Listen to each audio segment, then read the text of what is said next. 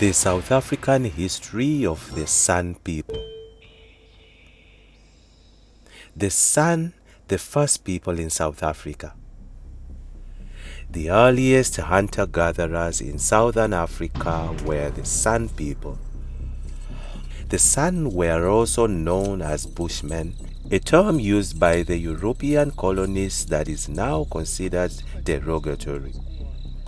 The San populated South Africa long before the arrival of the Bantu-speaking nations and thousands of years before the arrival of Europeans.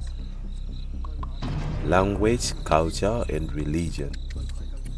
San languages, characterized by implosive consonants or clicks, belonged to a totally different language family from those of the Bantu speakers. Broadly speaking, they are two different and identifiable languages, namely the Khoikhoi and San. Many dialects have evolved from these, including mÁŽÂ, Khwe and Khomani. Previously called Hottentot, is the most populous and widespread of the Khoikhoi and San languages. Very little is known about the different dialects of South Africa's San people, as most of these beautiful ancient languages were never recorded.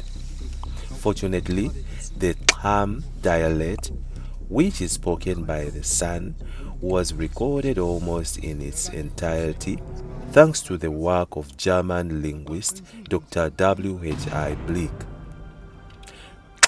Speakers originally occupied a large part of western South Africa, but by 1850, only a few hundred speakers lived in remote parts of Northern Cape. Today, the language no longer exists, but survives in 12,000 pages of handwritten testimony taken down word for word from some of the last speakers in the 1860s and 1870s. These pages record not just the language, but also their myths, beliefs, and rituals. A comprehensive dictionary was produced by Dr. Bleek at the time, but was only published years later. South Africa's motto, written on the SA coat of arms, is a phrase, Ke, literally meaning diverse people unite. Archaeological evidence determines a way of life. Archaeological evidence shows that South Africa was part of the large region, including North and East Africa, in which modern humans first evolved and lived. Hundreds of thousands of generations of Stone Age hunter-gatherers populated the South Africa landscape for nearly 2 million years, yet for most of that time we know nothing of their names, language, memories, beliefs, wars, or alliances. The San are the best model we have for the hunter-gatherers, lifestyle that saw so many generations through the Stone Age, and it is tempting to say that the history of the latter Stone Age is the history of the San. This can only be done at the very broad level of generalization, but evidence does not point to a San history. For example, human skeletal remains buried mainly in the last 10,000 years are broadly similar to those of the 19th and 20th centuries San people. The toolkits of the more modern San people are similar to those artifacts found and dated back to later Stone Age hunter-gatherers. Finally, the uniqueness and diversity of the San click languages suggest very ancient roots that possibly date back into the Middle Stone Age period. There are three kinds of evidence that give us clues as to the development of the early South African hunter-gatherers and later the San. This consists of human bone fragments and art artifacts like braidwork and rock art, as well as the examination of the places where these people lived and the food remains that they left behind. Rock art by the late Stone Age hunter-gatherers can be found in the form of paintings or engravings in almost every district in South Africa. There is no comprehensive list of all sites, and many have not been recorded, but it is estimated that there are at least 20,000 to 30,000 sites and well over 1 million individual images. Although many are not well preserved, collectively they represent a remarkable record of the beliefs and cultural practices of the people who made them. Most were created by San hunter-gatherers, but Khoikhoi herders and Iron Age farmers added to the collection. Khoikhoi herders who brought sheep and cattle in this part of South Africa within the last 2,000 years were probably responsible for the most recent phase of paintings in which the paint was applied with a finger instead of a brush.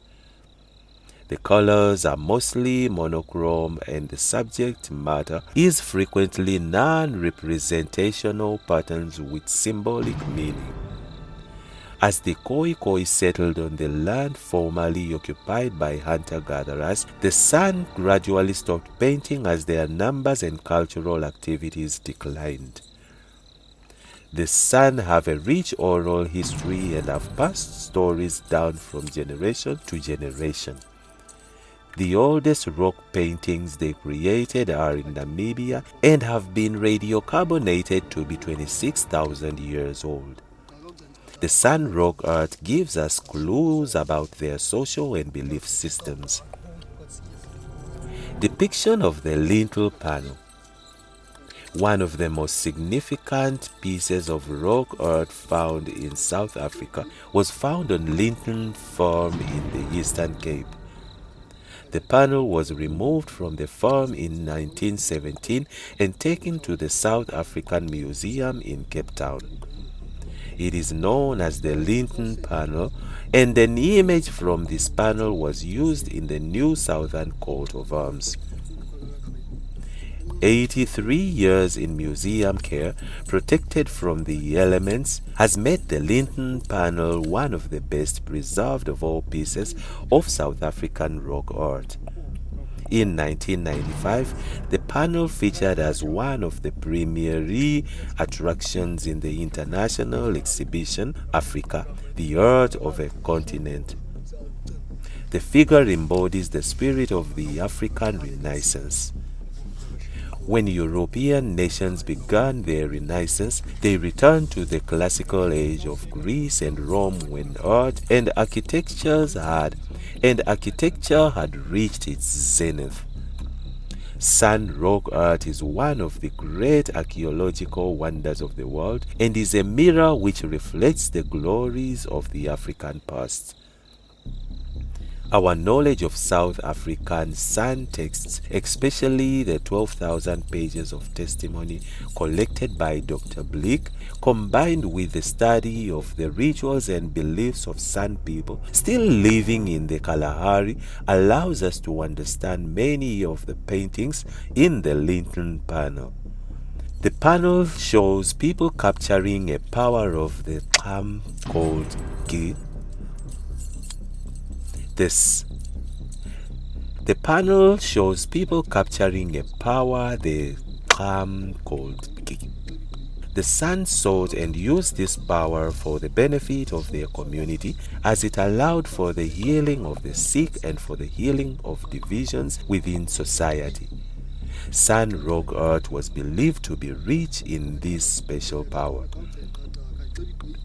A dying way of life.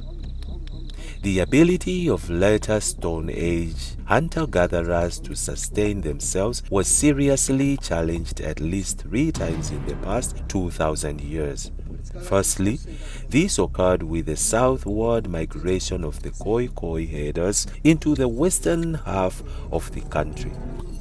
Although they appear to have developed a symbolic relationship with the hunter-gatherers, they converted individuals to herding and therefore weakened the hunter-gatherers' social cohesion. Secondly, hunter-gatherers were challenged in the north and east of South Africa as Iron Age farmers, Nguni and later Sotho nations, had settled in the summer rainfall regions within the last 1,800 years to grow crops and tend their stock.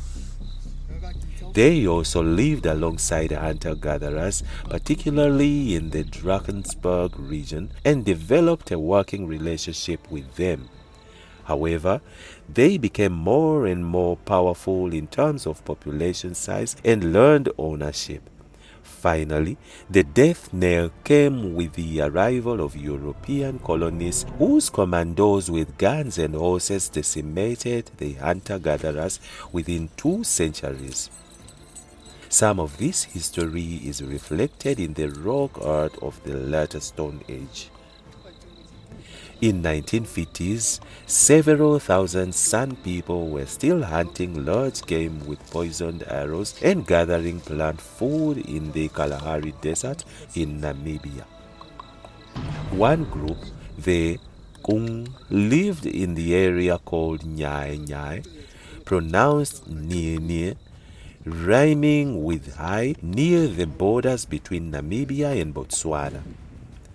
The Kung were able to continue their ancient way of life largely because they lived in an area that was very difficult to reach. A stretch of land and about 200 kilometers, waterless for most of the year, lay between the closest farms and the Nyai Nyai area. Traveling across this area, even in trucks, was difficult. Vehicles would get stuck in the sand, tires would get punctured, or the seeds of the tall, dry grasses would clog up in their radiators, causing them to boil. These factors helped to protect the Kung way of life from outside influences until about 30 years ago. In the 1960s, the Department of Nature Conservation began to take over large sections of the traditional hunting land of the Kalahari San for game and nature reserves. A law passed in 1970 meant that the Kung lost 90% of their traditional land in Nyai Nyai. Today, they have hardly any land on which to hunt and gather. And that's it from Injib's network. Stay tuned to our celebrity and gossip news.